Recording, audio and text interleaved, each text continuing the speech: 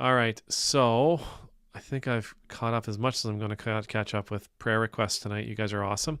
If I've missed any, feel free to send them out there. There's something I want to talk about. It's been on my mind a little bit, and then I caught a video today that spoke about it from a different perspective. So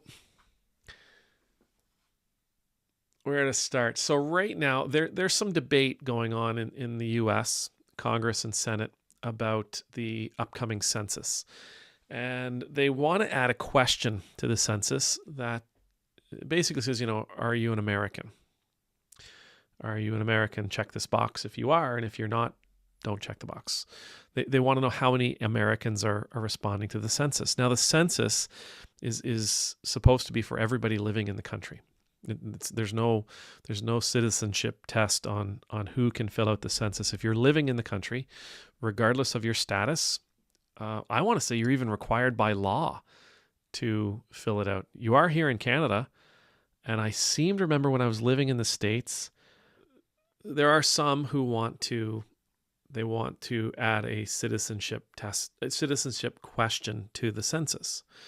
And the argument's just, apparently it's not a new argument, it's been around.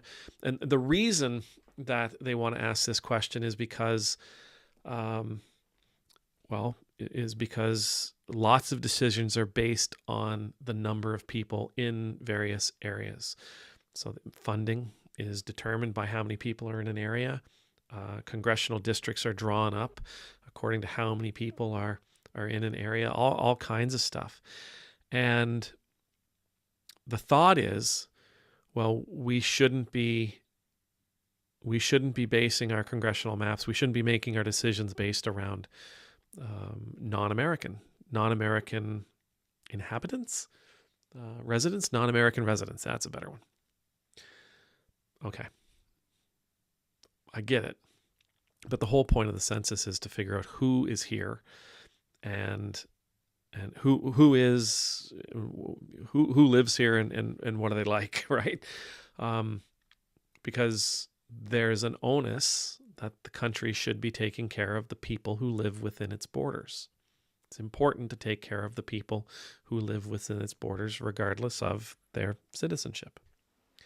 Now, again, today, that was something that I've been thinking about. So today, I caught this story about congressional representative from Colorado, Lauren Boebert, who I think she's really trying to stir things up to help her re-election, would it be a re-election? She's left her district. She's in another district. Whatever. She's up for election in her district, and so she caught wind of a church, a religious ministry, not a particular church, but a Christian ministry that in her area in Colorado that is trying to help migrant workers.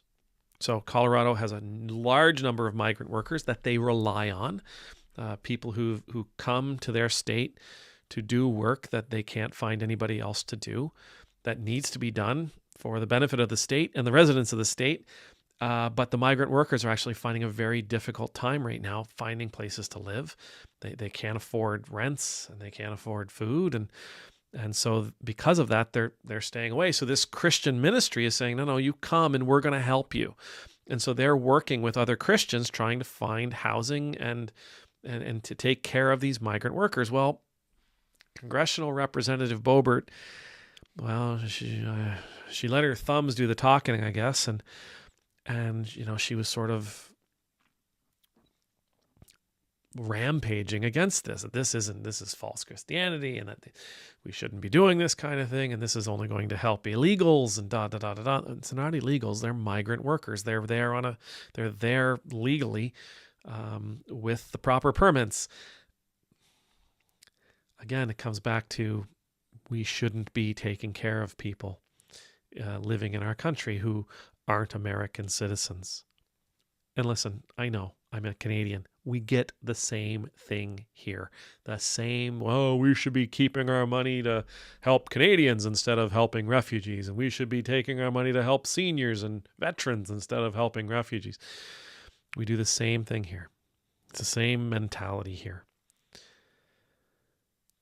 When before I was ordained as a priest, I had a meeting with my bishop, Bishop Ron, and we were in his office and he was talking to me. I think he had a church in mind that he wanted to send me to. But we were talking and he was asking me, he said, Ed, if I sent you to a parish that only had, 50 people in church, would you be okay with that?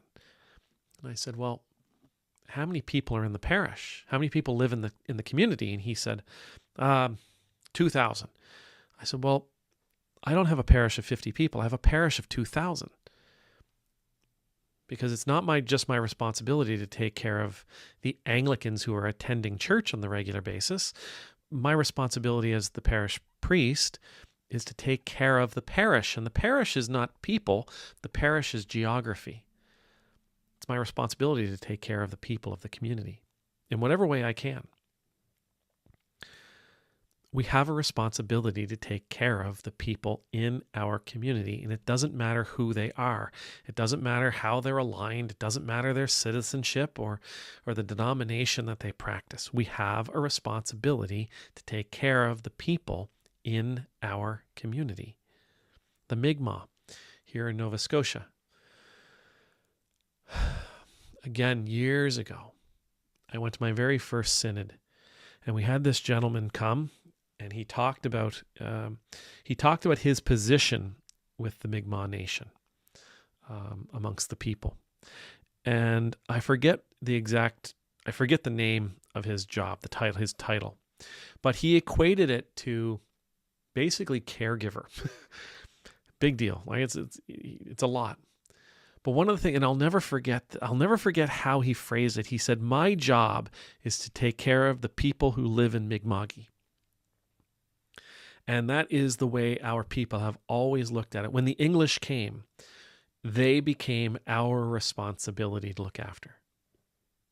That's pretty wild, right? When the English colonialists, when the colonizers came, when the refugees from England arrived, or France, we had French here as well, the Mi'kmaq understood that it was their responsibility to take care of these white folks who just got here from England, just got here from Europe. They're living in Mi'kma'ki. It is the Mi'kmaq responsibility to take care of everyone living on the land in the country. Period. Doesn't matter who you are, doesn't matter where you come from, doesn't matter what language you speak, doesn't matter what God you serve. It is their responsibility to take care of you. And that continues today. Despite the fact that they've undergone 200 some odd years of oppression, 300, 400 some odd years of oppression, that their land has been taken from them piece by piece by piece, that their language has almost been forgotten in tiny increments.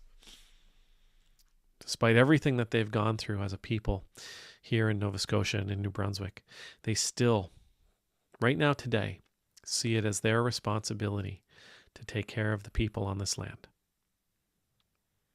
Again, doesn't matter when you came, doesn't matter where you come from, doesn't matter your nation of origin or the language you speak. The Mi'kmaq believe that if you're living on Mi'kma'ki, if you're living in Mi'kma'ki, they have a responsibility to take care of you.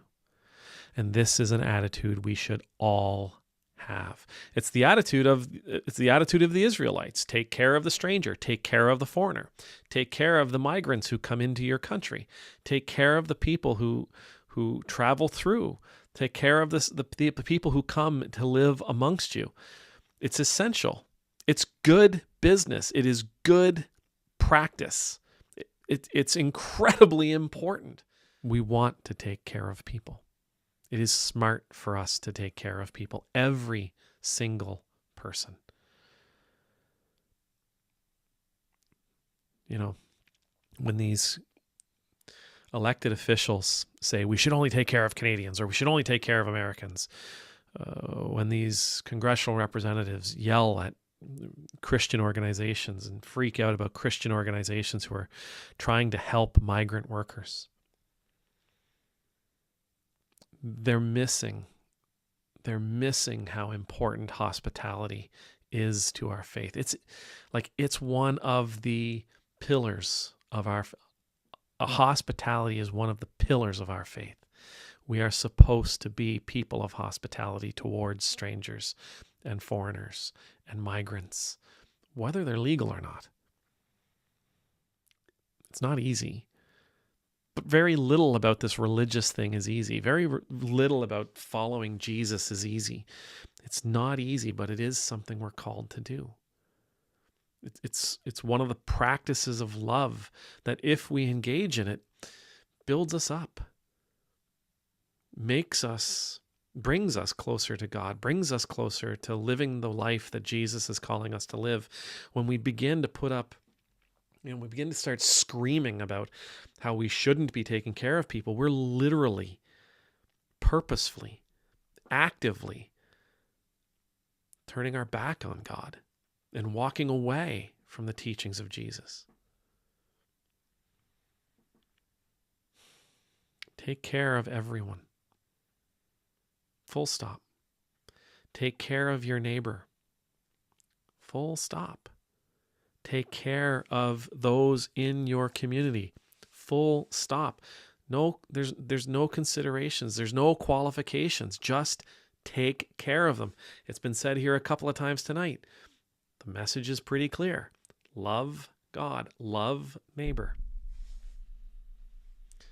Amen.